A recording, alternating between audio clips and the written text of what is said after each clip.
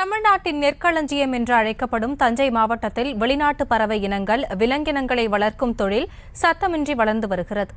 மத்திய அரசிடம் முறையான அனுமதி பெற்று இந்த வெளிநாட்டு விலங்கினங்களை வளர்த்து வருவதாகவும், இதன் மூலம் வர்த்தக ரீதியாக நல்ல வருவாய் கிடைப்பதாகவும் பிராணிகள் வளர்ப்பு ஆர்வலர்கள் தெரிவிக்கின்றனர்.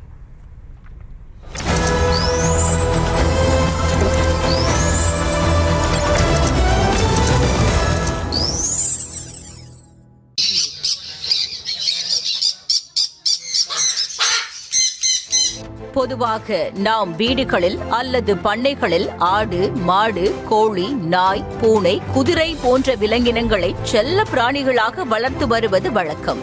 ஆனால் வெளிநாடுகளைச் சேர்ந்த பறவை இனங்களையும் அரிய வகை விலங்கினங்களையும் செல்ல பிராணிகளாக வளர்த்து வரும் கலாச்சாரம் தஞ்சை மாவட்ட பகுதிகளில் அதிகரித்து வருகிறது.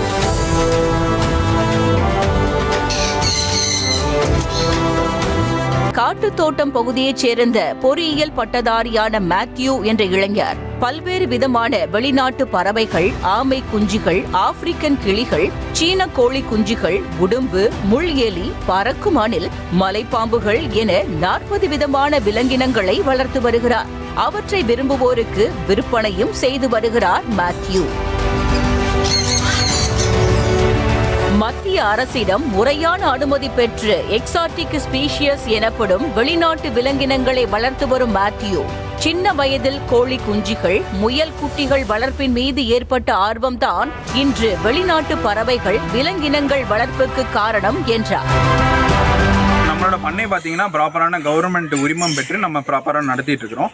ஸோ இதில் பார்த்தீங்கன்னா பர்வேஸ் ரிஜிஸ்ட்ரேஷன் அப்படின்னு சொல்லிட்டு நம்மளோட சென்ட்ரல் கவர்மெண்ட்டுக்கு நம்ம என்னென்ன எக்ஸாட்டிக் விலங்குகள், பறவைகள் இதெல்லாம் வளர்க்குறோமோ இதை அவங்க எல்லாத்துக்குமே அவங்களுக்கு ஒரு பதிவு கொடுக்கணும். ஸோ அதையும் நம்ம ப்ராப்பராக பண்ணியிருக்கோம். அது போக நம்ம பெட் ஷாப் லைசன்ஸும் எடுத்து நம்ம ப்ராப்பராக பண்ணிட்டு இருக்கோம்.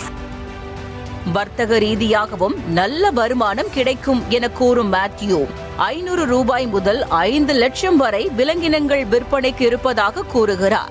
இதுபோன்ற விலங்கினங்களை வளர்க்க விரும்புவோர் மத்திய அரசின் பரிவேஷ் இணையதளத்தில் பதிவு செய்து அதற்கான அனுமதி பெற்று வளர்க்கலாம் என்கின்றனர் செல்ல பிராணி வளர்ப்பாளர்கள். செய்திகளை